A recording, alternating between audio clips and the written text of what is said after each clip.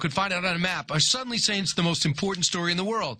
But having said that, it's pretty terrible when this crown prince, if it is indeed the case, feels he can assassinate a resident with a green card American with 3 American kids who happen to be writing editorials against the royal family. I know he had a lot of followers, but it doesn't mean you kill him and chop up his body.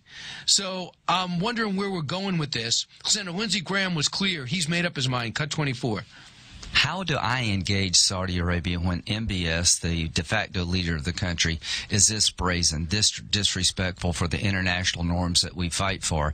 He is toxic. Right. There's no way we can move forward. I would suspend arms sales as long as he's in charge. So, that is the $100 billion deal. So what do you think? Where do we go? No, I agree with Senator Graham completely. Everyone was praising this Crown Prince Mohammed bin Salman, talking about he was going to be the great reformer and everything. And we find out that this guy's ruthless. It's business as usual.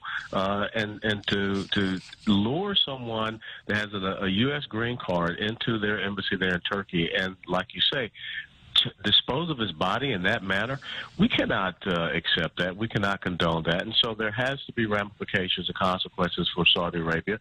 And if this young man is going to be the face of Saudi Arabia, we have to say we're going to push away. I think that we have to move away from this either-or thing. We have to embrace Saudi Arabia more because, Iran is so bad. No, we don't need to associate with any type of heinous, abhorrent behavior like we have seen just recently out of Saudi Arabia. Well, if we don't, the flip side to this, China and Russia move in. They don't mind making the sale.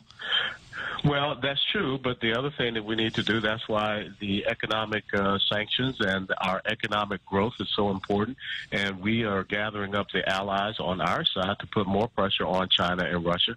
Without a doubt, we see China that is, cozying up in Pakistan. We see Russia and what they're trying to do in the Middle East, especially with Syria.